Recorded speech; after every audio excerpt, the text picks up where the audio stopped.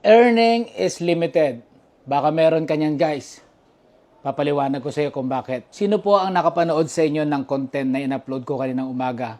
Tungkol po doon sa pagkalabit ng wet po ng isang babae. Marahil di mo napanood kasi dumalaw ka sa ibang bahay at nakipagyakapan. Ayan, tuloy, hindi ka pa nadadala, no? Guys, nagtataka lang ako kung bakit na-stuck ako sa 2,000 viewers. So, nung tiningnan ko po sa laptop, dito po sa Meta Business Suite mismo, no? Diyan nyo po yan makikita, guys. So, katulad po niyan, limited earning. So, ano po ba ibig sabihin yan? So, ngayon, next step po, nung clinic ko po yan, ang nakalagay po dyan, ay pwede po ako mag-appeal. Kasi yan po, yung aking content na yan is demonetized.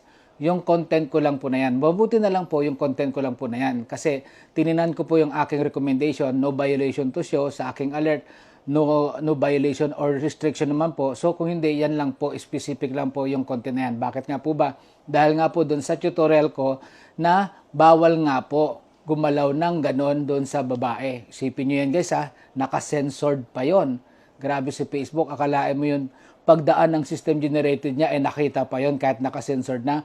Parang jowa mo lang din, no? Na wala ka pang ginagawa, may ginawa ka ng masama.